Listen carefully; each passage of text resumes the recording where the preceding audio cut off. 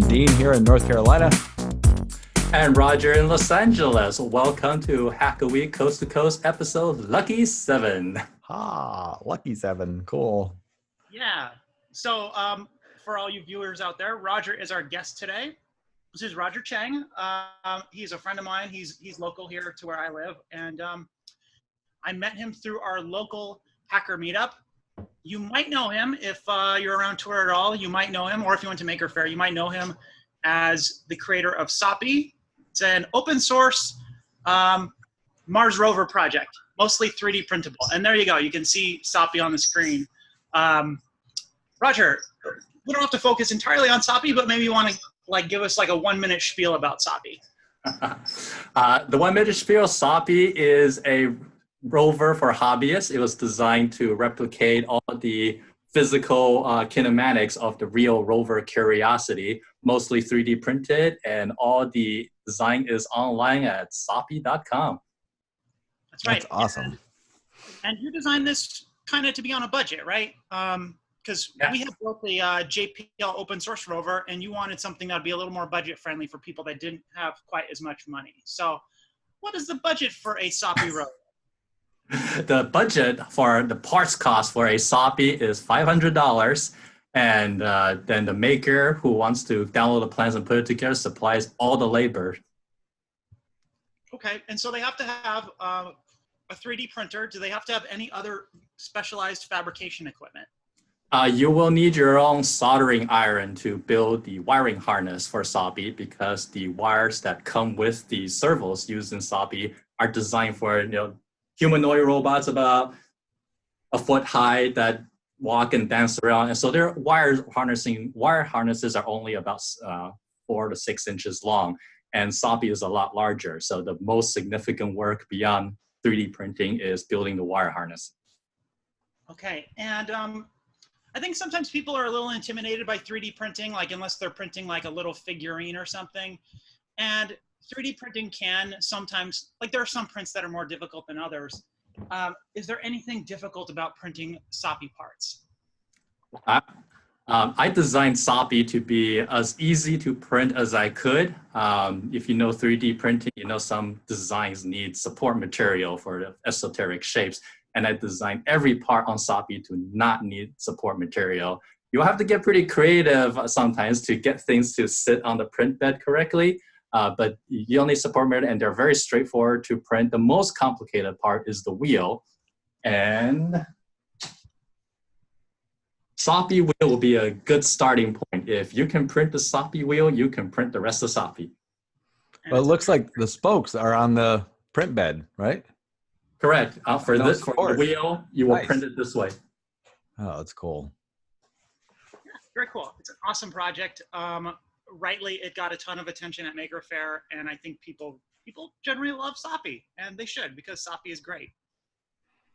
Well, the cool thing is too, you're building something that is, a duplicate of rover that's on Mars. So, I mean, how cool is that? It's pretty much fashioned right after that, and a very able rover, I might add too, with the rocker bogie suspension. I saw your video of it climbing over a backpack, and it did it with aplomb, no problem at all. No problem at all. Yeah.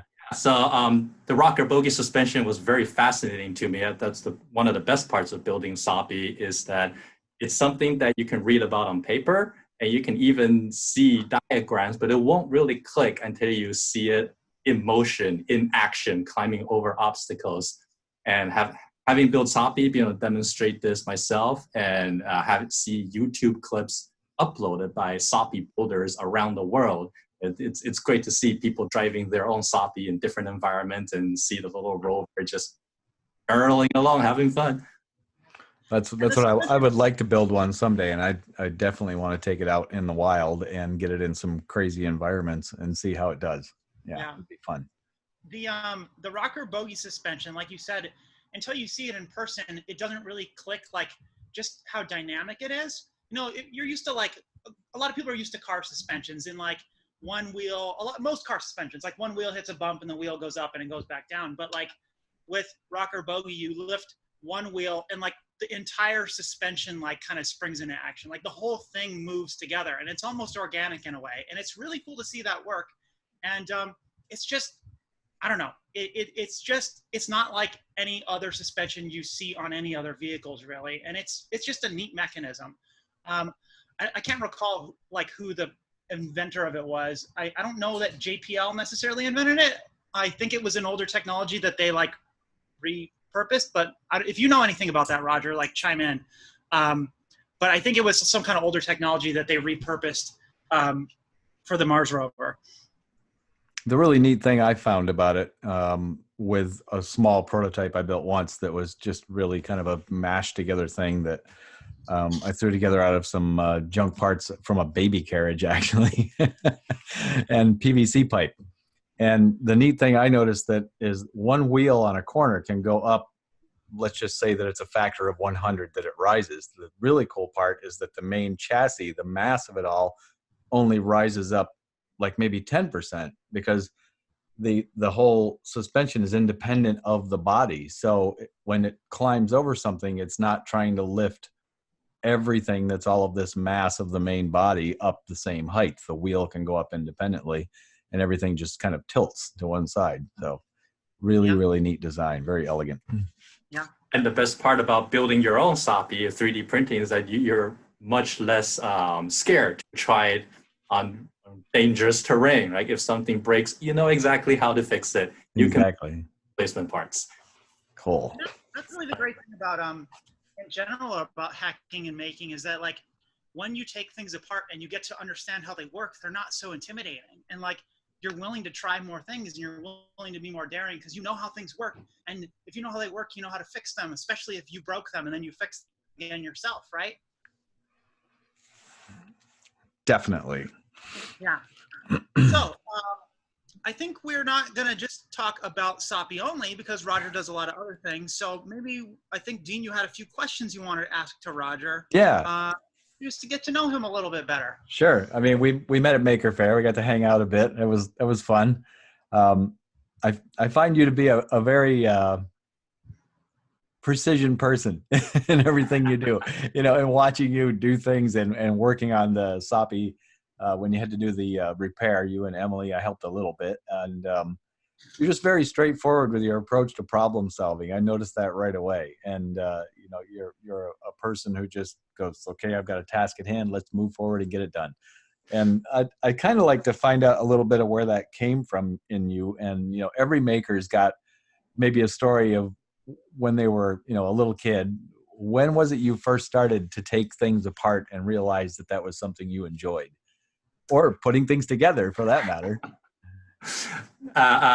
Those, they did not come at the same time. I always was curious about how things worked inside the container, inside the case, for as long as I can remember. And my earliest memory along that front was a wound up alarm clock that I had in my room. And I asked Mom if I can take it apart, and she's like, no, we need that. But Grandma might have some old ones. Like we used to have them all around the house, and there's probably a broken one you can take apart. So she went up into the attic, did find this entire box of wind up clocks, and every single one of them ran when she wound it up. So it's like, well, you can't take that one apart. This one runs. Oh, you can't take that one apart. This one runs. Knowing now things I didn't know then, I bet that they were running, but they were not keeping time, and that's why they're in the box up in there. But in the Mom's mentality, it's like I can't let little Roger go loose on him loose on this. So it took a while before I was able to get to something where I could take apart. It was very educational, but I do remember very clearly. There was a several-year gap between the first thing I took apart, looked inside and see what it does, and several years passed before I can put one of these things back together. That was an entirely different process, and it was also very educational on its own right. But just to keep me away from taking apart things in the house at inopportune times, I got to play with Lego construction sets, so I can put it together and take it apart as much as I want. So my mom will not, come home one day and see the alarm clocks strewn across the living room. Legos seem to be a common theme in a lot of people that are creative and Right. makers and builders and do-it-yourselfers. Didn't have Legos. I had there was another brand that was like these little bricks, and then there was Lincoln Logs that were these wood things you could build houses out of. Right. And I had, that stuff. And of course I had cardboard boxes and my mom's kitchen knives. So That was the thing when the family budget got tight. Legos are fun, but they're expensive. When the family budget got tight, I was degraded / promoted to be, all right, Roger, if you can dream up these things, if you can build your own toys out of cardboard, glue, and tape, you can have as much cardboard as you're actually using. And that set my brain up into dreaming up a shape and then what the components are for that shape, unroll it, lay it out flat, cut it out, and then put it back together again. This actually turned out to be super useful when I started getting into CAD because that kind of three-dimensional mental math is required. And I am actually hoping to get that part of my brain back up and running with sheet metal fabrication. This is something I have talked about multiple times, and it's on our to-do list. But before we get too far away from Lego, I did want to say that I really love my Lego all the way up through being an adult until I got into 3D printing, where I can design not just what the Lego individual units are, but can actually design print my own shapes. So one of my first 3D printing project was a custom Lego organization tray, sized precisely to the Legos I had in my bin. And I had this very meticulously organized wooden chest of Lego parts, which I have not touched since. 3D printing has completely taken over my physical building creation. And the only time the Lego box is open now is when my good friends, little ones, aged like 7 through 10, come over and they just tear into it. So it is no longer organized. That's perfect. Good use for a 3D printer. Yeah, definitely. So Roger, you haven't always, like your career path has not always been like, say, hacker maker focused. Like, can you take us through a little bit of your career trajectory and how you ended up doing what you're doing now? Okay, so yes, that's an interesting story. Yes, so with all this mindset growing up, by the time it came to choose a college major, I was looking at basically everything the UCLA School of Engineering had to offer, and they all sounded interesting. And then it became to, all right, these are all interesting. Where do I want to go with this? So I started looking at what they might be career-wise, and at time I was entering college, I loved aerospace, I love airplanes, I love everything about making a big machine fly in the sky. But that was around the time when the Southern California aerospace industry was imploding on itself because Cold War was over. And we don't need all these aerospace equipment anymore. And aerospace engineers were out of jobs and unable to find new ones. So that was very discouraging for a high school graduate looking for a career. And I started looking at other fields of engineering. Nuclear engineering was another one that was, is there a career in here? I am not so sure.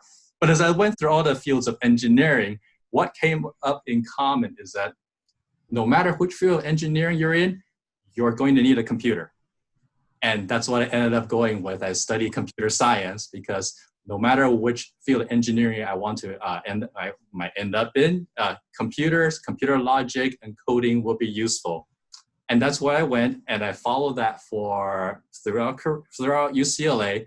I got a job for software development, moved out of town for it, and I did that as a career for 16 years, doing the underlying coding plumbing work in a software company, but lost touch with the physical building, crafting, making side of what I love to do. And that became more and more of a problem as things went on. So I started trying to tackle projects and build things like the thing that you guys had talked about in previous shows, but it just wasn't getting the time, and I needed to actually make progress as much as I want. And I eventually decided, all right, this is working, but I started the college career thing. This software is going to be a part of what I can do, and I think I can take it elsewhere, and I should. So I quit the software career and I started learning about 3D printing, CAD, fabrication.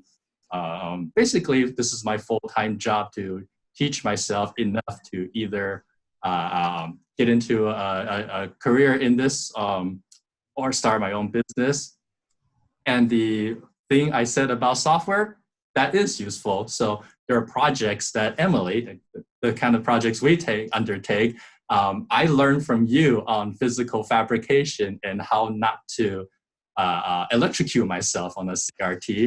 And then there are parts where I can contribute, namely the software, programming, and logic. And together we make things like your death clock. So I love where this direction is going, where I love that now I can tackle projects like SOPI. I learned the mechanical fabrication and the software side of SOPI. I'll be like, yes, I already know how to do that. I have my software background. And so I can get them to merge together and the whole powers combined thing. Yeah. So there's obviously some direct benefits of knowing computer programming and software design in making, because you can write code for things. But is there anything you learn, and I don't know how to describe this in any other way, like the philosophy of software engineering, or like any ways of thinking that you learned in school in learning computer science? Is there anything you learned from that that's more of like sort of the approach that applies itself to making? I think that the best answer for that actually links back to what Dean said about my approach to problem solving, is that a mind of a computer is very precise. You can almost break everything down to if, then, if, then, if, then. And the computers in the software, it's very unforgiving. What I've learned is that when you're looking at a computer and it's doing something weird and you don't know what's going on, what I've learned is that it is always doing precisely what you told it to do. This has no resemblance to what you meant to tell it to do. And so that is definitely the mentality. All right, here's a problem. I'm going to break it down into these precise steps, and we were going to tackle them one at a time until we get to the end. And sometimes that served me well, and sometimes that has tripped me up in some of the projects we've collaborated on, where I would be the bias voltage on our VFD filament. My brain, for some reason, could not understand that concept, and I'm still working on it. I think I'm getting close enough, but those would be the kind of thing where this structured brain, it gets a wrench in the works. It's like if then, and then if bias voltage, then back up. If bias voltage, then what? So it has its upsides, it has its downsides, and that's why it's great to have collaborators and different brains, people with different backgrounds come in and contribute their individual skills to a project. Yeah. Well, for what it's worth, my unstructured brain does not quite understand bias voltage either. And we talked to Tube Time. He's on Twitter as Tube Time. We talked to him a little bit at Maker Faire, asking him or interrogating him, like, what the hell is bias voltage and how does this work? And he explained it to us, and like I kind of half got it, but I still didn't get it. And it's just one of those things that like there's just some analog electronics that are just, they're voodoo, and I don't quite get them still. And I feel like bias voltage is one of those things. It's like, it's almost there, but my brain just can't wrap 100% of the way around it.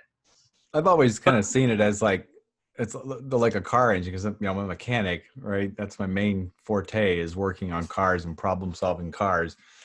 And when I first learned about bias voltage, to me, it was kind of like the throttle on an engine. And it's like you have to have the thing running a little bit, And the bias voltage is kind of what does that. It kind of sets up the stage for it to be able to receive a signal and then do a thing with it. And depending on where you put that voltage is how sensitive it is to doing that thing that's going to happen in between. And the thing you were talking about, the if then, and then the bias voltage, well, you're discovering the fuzzy gray areas of analog electronics. So you see, computers don't know gray. They know black, they know white, they know 1, they know 0. There's not 1.5, right? So that's the thing. For me, it was the reverse. When I first started working with a little bit of coding and stuff, is that I had to learn to be very precise with things. And there is not a gray kind of area. You can write that in, I suppose, but it's still a series of steps of, like you said, a lot of if-thens. And that's the way I approach all my problem solving on the cars, is just what you were talking about, a very methodical approach of, if it's not this, then it must be this. And if it's not this, then it must be this. So when you're trying to find out something wrong, you just keep moving through that process until eventually you do find the problem. But even more importantly, is that Emily can say, I understand enough about bias voltage to make the VFD light up. I don't have to understand all of it to get the project done. And my brain has a problem with that. It's like this little itch, like, no, I want to understand what it does. And you'll be, I can't remember exactly the details, but we have a conversation about this, Emily, and I'll be asking this question, and she basically summed up with, who cares? And that is the kind of mentality I need to be able to put things in a box that does not have to be fully understood now, but don't get hung up on it and keep going to the finish line so we can have something at the end instead of just banging our heads against the brick wall. That is not banging our heads against a brick wall that's not even actually in our way. That is not a productive use of time. That's a good way to put it. You know, I gotta say that's something that has always appealed to me about analog electronics. Like, you need to know enough to make them work, but like, as frustrating as it is when they don't work, like, they have almost like some personality to them, right? Like, it's like my cat. Like, I basically know how the cat's gonna behave at any given time, but sometimes the cat doesn't behave that way, and it's like, well, I don't know why. That's just what the cat's doing right now. And that's the same thing with some of my analog electronics projects. It's like, oh, like the Lisa jukebox. It's working today. Tomorrow, it's not working. Like, I don't know why. It's just not doing what it's supposed to do. And like, I don't know. It's just, it'll work when it works again, right? Like that. There's something kind of fun about that in a way. As obviously that doesn't work for production, doesn't work for like consumer goods, but when you're just making weird crap to keep in your house, like, it's totally fine to have something that has some weird misbehaviors, and that's just kind of fun with analog stuff, I think. It's the ghost in the machine. You know, Bob Pease was all about that. With there's that famous thing where he tossed the computer off the roof of Fairchild Electronics that was simulating an analog circuit. And, I've always been along those same lines too. There's so many Hackaweek videos I've done, and I show the circuit and I build the thing, and then people simulate it in, was it Spice? I haven't used too many, but I remember people mentioning Spice, I think, is a simulation program. And they would come back with a comment on YouTube, I simulated this in Spice and it doesn't work. So it must be wrong. Even though I made the thing on the bench and there it is and it works, and they put it in their simulator, oh, there's something wrong, it doesn't work. It's like, that's because it's a simulation. It's all, again, it's ones and zeros with no gray area. And Bob Pease, if you look up some of his experimentation he did, he would be building things on a bench with all of the parts just kind of floating in air, and he would be soldering pieces together, and he could just do that on the fly. And it would just be this wad of transistors and capacitors and resistors that he would be experimenting as he built the thing, because in his mind and with his math and electronic theory, he knew that, well, okay, Ohm's law says I have to put a 330 ohm resistor right here. And so he would solder it in, and then he'd do his tests with the oscilloscope. And it was amazing the stuff that man did. All right. How are we doing on time, Dean? How are we looking here? We're at about 15 minutes left. Okay. Did you have any other questions specifically for Roger? Well, what was the first really awesome job you had that you were super excited about, of, the kind where you were just like, you couldn't wait to get to work in the morning because it was just such a cool thing that you were doing? Well, my software job out of college was like that. I, it was, I just come and say, I moved up to Redmond to work for Microsoft. And from somebody who was just tinkering with software projects for a single person, it was a tremendous draw to say, you are now working on projects that will affect hundreds of millions of people. Wow. And that was very inspiring for a young kid just graduating college. And it also very quickly learned the upsides and downsides of this, because if I make a mistake that affects 1% of the users, that's 2 million people. Wow. Yeah, that is a huge responsibility. So it was a lot of very eye-opening on what it takes to run a large software project, and being precise and meticulous to make sure you cover all your bases.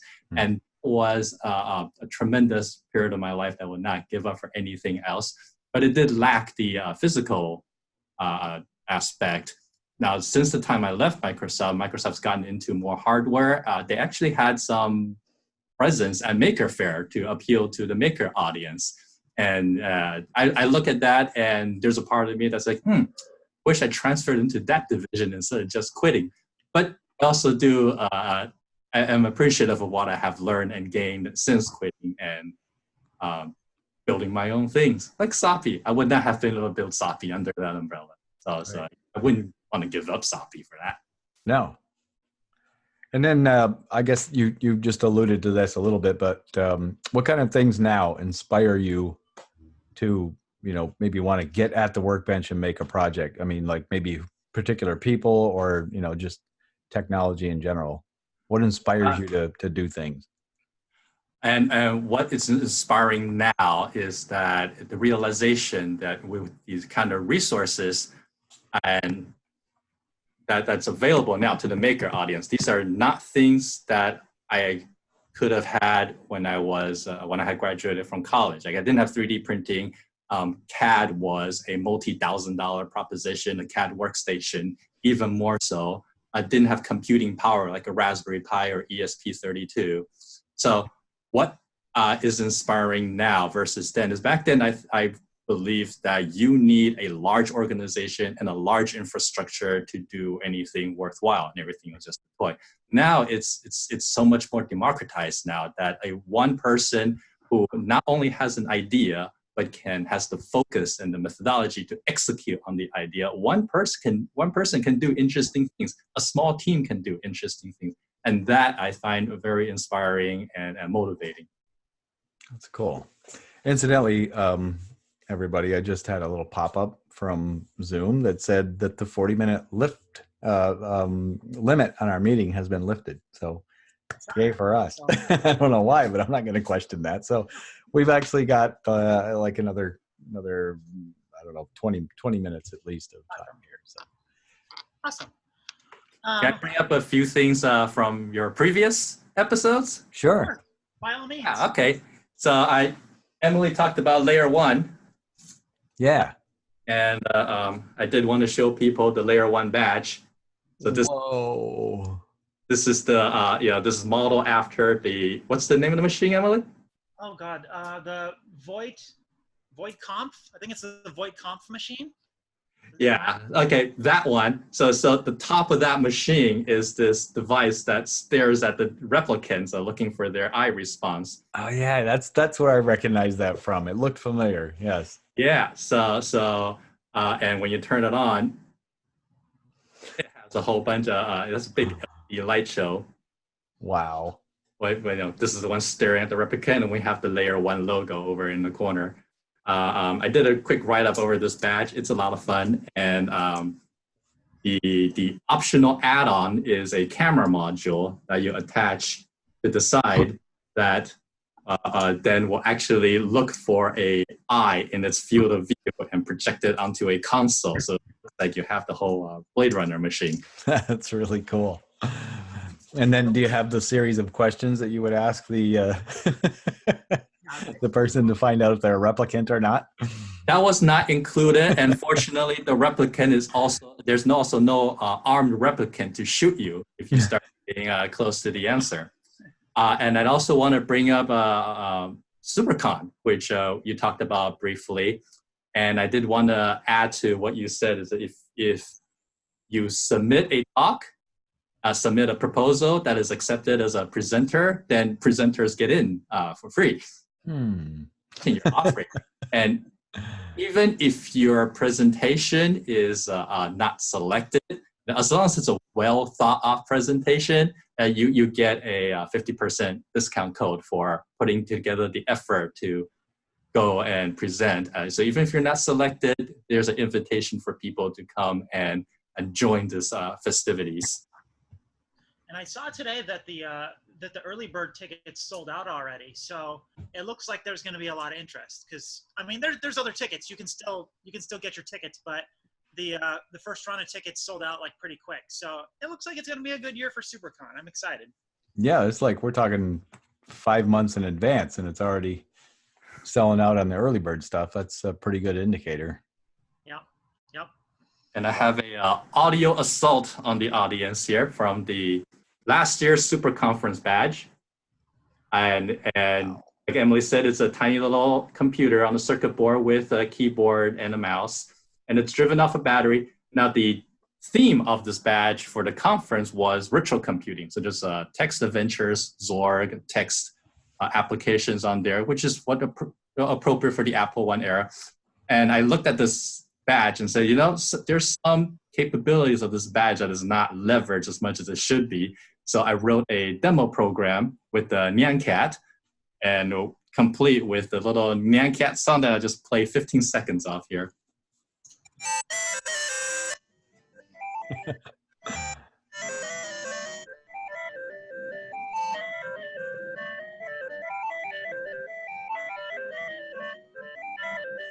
All right, that's enough, Nyan Cat. You can be quiet now. That little cat has been like turned into so many digitized things over the years. I love it. It is so silly. It is so ridiculous, and it is so simple. I can try putting it on anything. We even went as far as putting it on our VFD project earlier, just for the fun of it. It's a very stylized Nyan Cat. You could see it if Roger pointed it out to you. It had the little head, the little eyes moving, and the little stars going by. But it's, you know, you're talking about 7-segment displays, like 4 of them. So it was very, very, very loosely a Nyan Cat, but it was great. Extremely. Like, oh, that is a Nyan Cat. You just call it an extremely stylized. That's what we used to call it in the 80s in the graphics business. No, it's very stylized. Stylized. Yes, exactly. Yeah. But should we go we through want to cover that. our typical things? Like what are we working on this week? Sure. All right, cool. Well, I could start since we're in the topic of like audio assaults. On Monday, in advance of our weekly hacker meetup, I stopped at the thrift store as I typically do, and I found this thing. And this is a voice-changing megaphone toy that I found, and it was $3 packaged with another toy, and so I picked it up and I brought it to the group, and it didn't work, but that was because like this thing doesn't have a proper switch in it. It has this trigger right here, right? And the trigger just pushes on 2 metal contacts, and like one of the metal contacts just had slid out of place. So it's like, well, I'll just put that back, and then it worked. Now it's really terrible, but I was like, I'm gonna hack this thing. I'm gonna start circuit bending it. And I actually did a little work on it last night because the main issue I found was that it has a microphone that's supposed to sit on this end where this funnel is glued right now. And it wasn't very sensitive. So if I talked into it, I really had to yell into it to get it to respond. And like, I would yell so loudly that you couldn't really hear the megaphone over me yelling into it. But a few months ago, I was digging through the e-waste at work, and I found a Polycom like conference center, or not a conference center, like a conference call thing. If you've ever worked in an office, things, they set them in the center of the conference room table and everyone talks. And I got one of those and I tore it apart, and there was like not much useful in it, except it had 3 little microphones, and they were the same type of microphone that was used in this thing. And I was like, well, you know, like, I'm sure this thing was built to be as cheap as possible, and the Polycom probably had a little bit bigger budget, so maybe they used a better microphone in it. So last night, I soldered in one of the Polycom microphones, and I stuck a funnel on there, and now it works much better than it did before. You know what that reminds me of? It's like every time you tweeted this the other day, every time you talk into it, what comes out of it to me is like you're translating it into the language of those people from Mars Attacks. Yeah. That's what it sounds like. It totally does, doesn't it? That's great. Yeah, but it's a dumb toy, but it has some little switches here, and they let you change the tone, so it doesn't have to sound like Mars Attacks. It can sound more like this, which is lower and deeper, or like this. So, oh my God. I'm gonna take it out of this dumb case. I found the timing resistor on it, so I can put in a potentiometer and tweak it some more. Sweet. And yeah, I'm gonna rehouse it and maybe change these red LEDs for some other LEDs. And I think this will be a fun little circuit bending project. So that's what I've been working on. I would just annoy the shit out of people if I had that thing. Because that's what I do with stuff like that. I found this in a thrift store a while back, and I opened it up this weekend. I'm going to just partially put it back together. I'm not even sure. Hasbro made this little creature. I don't even know who or what it is. I got it hooked up to the bench power supply right now, and the other day I just powered it up. I'm like, what the hell is this thing doing? I noticed there's a little push button. And let's see, it's gonna work. It did this little thing the other day where it asks you a series of questions, and you're supposed to answer the questions to the best of your ability, I guess. And oh, here we go. Hey there, buddy. I'm Cheng. I'll read your thoughts like magic. Think of an animal. Say, okay, when you're ready. Okay. Nice. I'm going to ask you a question. Answer yes, no, or I don't know. You can also say, it depends. Can this animal swim? No. And so this is where I just started messing with this thing. All right.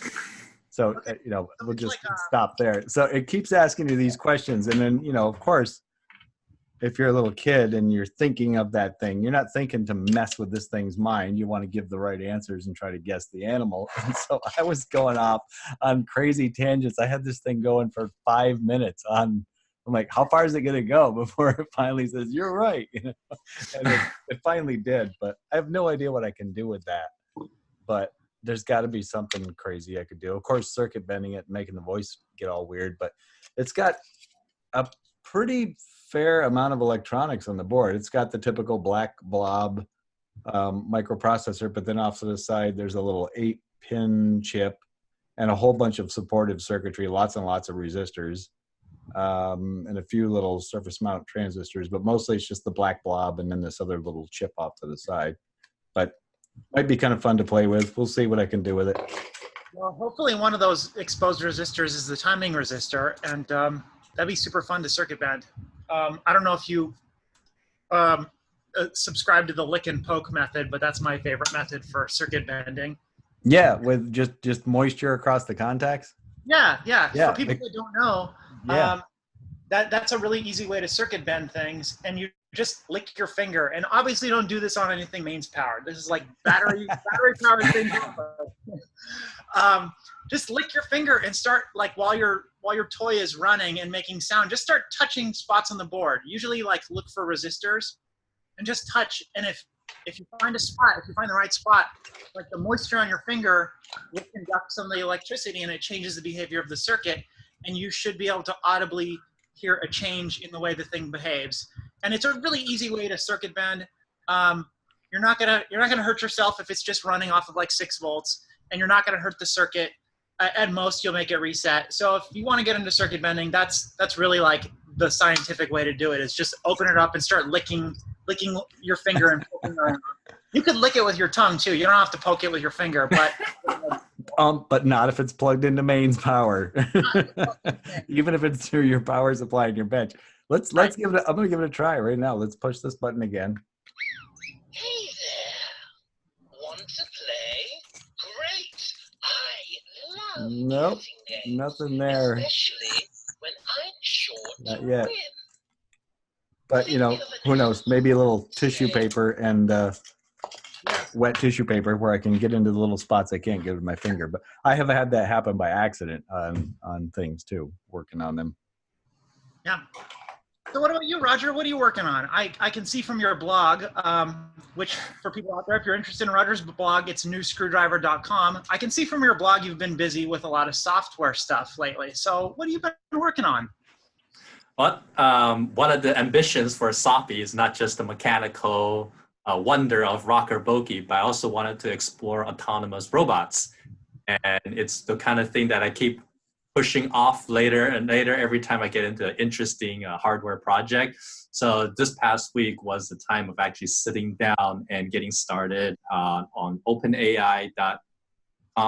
Yeah, the OpenAI organization has a build up basically infrastructure so people who want to learn about machine intelligence and reinforcement learning, they don't have to all start from scratch and reinvent the wheel. So I am gladly taking the tools they've got and then getting started in reinforcement learning and hoping that is the very first step towards a Soppy that could run around and on its own and maybe even be what's the thing you guys mentioned the other week? A Roomba that can handle rough terrain. Yeah. Yeah. So that's the kind of intelligence I want to work towards. A robot that does not require a flat, clean surface to navigate, which is what most of robotics research is doing. So they go, this is something that I might be able to find something interesting to do. So software, I don't have a piece of hardware to show. I'm sorry. So this is just software adventures. Oh, that's cool. That would be really neat because, of course, that's where I want to go with, whenever I can get to it, the Soppy I build, because I've made, I don't know, a dozen different robots that were autonomous, set in quotes in the air with my fingers, which were mostly just with some sensors that kept it away from things. That was the main drive of the thing. It drives around, it explores, and it stays away from bumping into objects either with a ping sensor or with just physical touch sensors. And it's fun to play with the parameters on how close it gets to things before it backs up, because then it gets more immersed into exploring the environment. If you set the parameters to stop and back up or turn when it's really, really close to things, it gets itself into trouble a lot more. and it's fun to watch. It's fun to watch how it works, and I had some at Maker Faire, the first one I went to in 2010. It was fun watching kids play with it.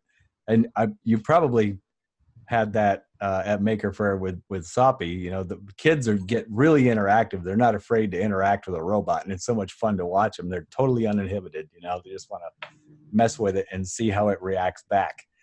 And so that would be a lot of fun to do with something like that. But I would like to make something like that where you could just set it loose and just observe what it does. Just take it out in some rough terrain, out in the woods, in a rocky area, and just see how well it does.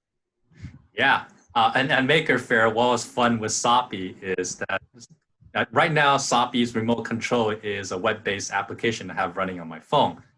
And so what happens is when I'm driving Soppy around, sometimes the kids see Soppy, they run up to Soppy, and they wanted to test to see if Soppy will respond to them, because on the assumption that Soppy is autonomous and responsive to them.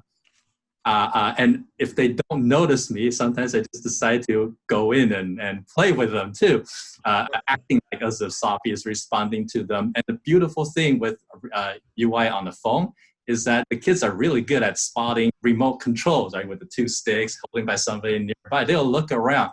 But if they just see a guy on his phone, I am invisible. They don't see me. That's great. It must have been fun. It was. It is having little kids run around, and I wish I've done a lot of the things that Emily suggested I do. Not just the odometer, but also a voice box that can talk back when the kids say hello, and an arm that can wave back when they say when they wave. So these are all on the to-do list, and maybe in a future public outing we will have that. Did you ever see Gerald the giraffe? He was at Maker Faire for years. He wasn't there this year. It was modeled after a smaller walking robot that looked like a giraffe, kind of looked like it was made out of an erector set or something. And they made a full scale, huge one. And it was very interactive. It was remote controlled, but it would put its head down, and it had these little touch sensors that I think were piezoelectric wafers, and the kids would pet the giraffe's nose. And when they would pet the nose, the giraffe would say, "Ah, that's nice." It was really neat watching the kids interact with it, because they would all run up and they're like, "Pet its nose, pet its nose." And then, it would say something back, and it would bow its head down. It was really fun to watch that thing. I was surprised it wasn't there this year, because it keeps getting improved all the time. If you Google it, you'll find pictures of it. Gerald the giraffe. Okay, I'm gonna check that out. It was big enough to people to ride on, right? Yeah. It was pretty big. I saw this last year, but I did not see its interactivity. I was seeing it basically as a golf cart roaming around. Yeah. I was gonna say, that's a really fun thing about kids is that, most adults, they're not scared of robots, but they're also not like, they don't mess with robots. Like, most adults see a robot and they'll kind of like smile and they'll kind of look at it and they'll give it wide berth, but like kids just run right in there and like it's a robot and they're grabbing it, which isn't always great for Soppy, but they're like grabbing it and they're shaking it and they're waving at it and they're getting in its face. And like kids just see a robot and they're like, this thing, I'm going to get in this thing's business. I'm going to make this thing's business my business, and we're going to have a good time. And that's just so much fun. Like, I don't know how, like, I wonder if, like, in the future, when robots are just more commonplace, if they are more commonplace, like, how people are going to behave around robots just in general. Like, how are we going to behave when robots are commonplace in our lives? That's something that I wonder when I see kids playing with them, because the kids don't have any preconceived notions of, like, oh, well, robots are dumb. Robots, like, don't think anything. Like, but when we get robots that are smarter, like, robots that can react to you and predict your behavior and react to you, like, how's that going to play out? I wonder. Steven Spielberg's AI. You seen that movie? I have not seen that movie. There, your answer is in that movie. Go watch that movie. That we will be idiot humans, and the kids who are just want to get in the robot shit, they're going to do that, and they're going to be bullies to the robot. It's not just going to be like, let's interact with it. They're going to be like, let's really mess with it, because if it gets intelligent enough where it can really interact, they're going to push back even harder. Some, not all kids. I mean, it's just like the way kids are, right? There's the ones that always want to, be the little idiot bullies that, beat up on other kids. Well, that's also, I think, going to happen with robots. Yeah. And magnifying. Yeah. Do you guys remember when there was that robot? I don't know who sent it around the world. It was this like robot that was traveling the world, and it, like very loosely a robot. Like, it was basically just like a thing in the shape of a human, and I think it had some sort of processor and a camera. And anyhow, they sent it around the world, and like people were supposed to take selfies with it everywhere it went, and it like made it all over the place. Like, it went to other countries and everything, and then ended up in Philadelphia. And people just trashed it. They like broke it and tore it to bits and threw it dead in the alleyway in Philadelphia. There you go. Wonderful human beings interacting with robots. Isn't it lovely? We definitely got that spectrum at Maker Faire for Soppy. They're the kids that will run right up and they will stop short and try to interact with Soppy. These are the most rewarding ones.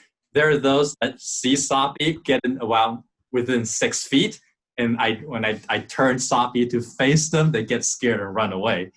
And then there are the kids that came up and started kicking Soppy. And I don't know how far they would have gone, because I just reach down, touch their shoulder, and say, "Please don't do that." I don't know what they were hoping to accomplish or what they were motivated by when they just immediately inflict physical abuse. Yeah. And it's the kind of thing where I'm curious, yet I do not wish to explore with my own robot.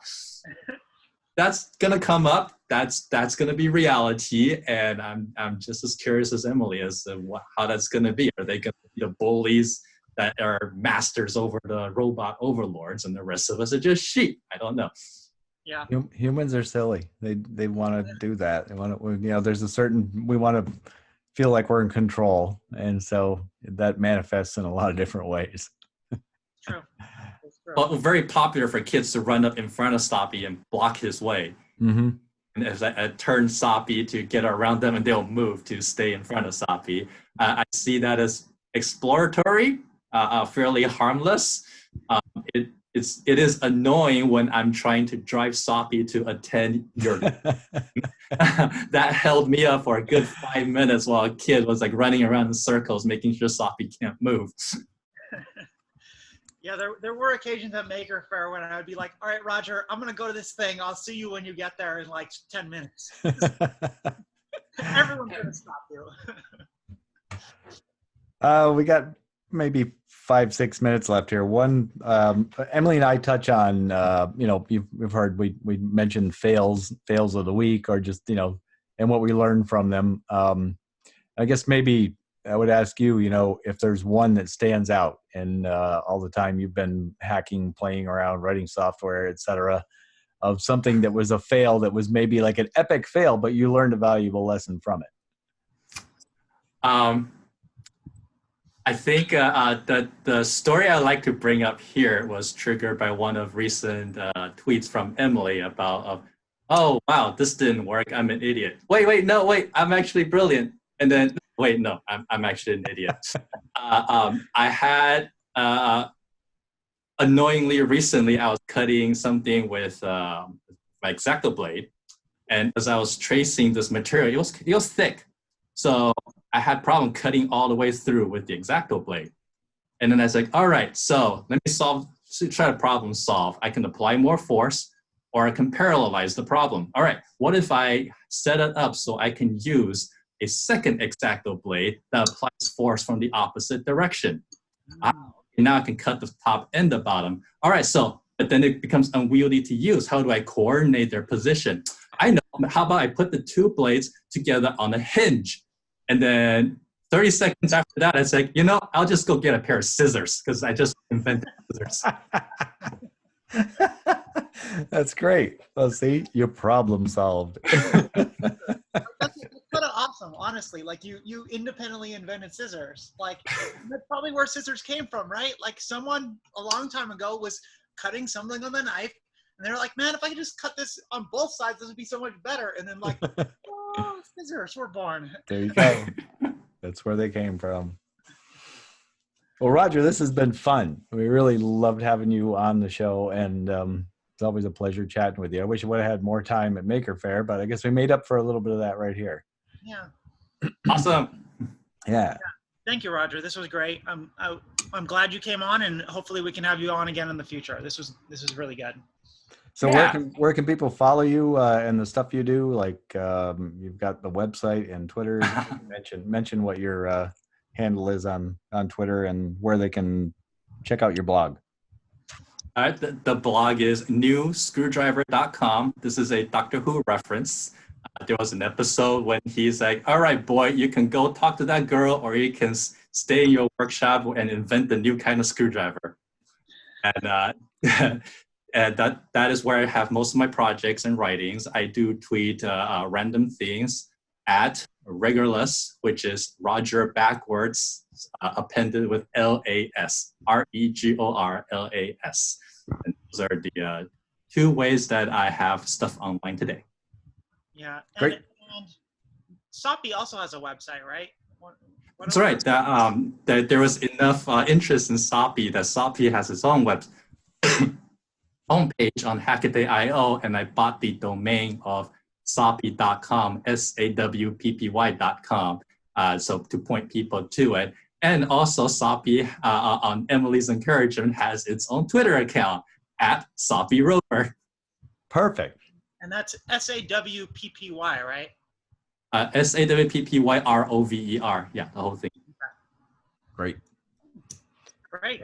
And I've got, of course, Hackaweek TV on YouTube, hackaweek.com, and I am at MakerDino. No, that was my old handle. I am at Hackaweek now on Twitter.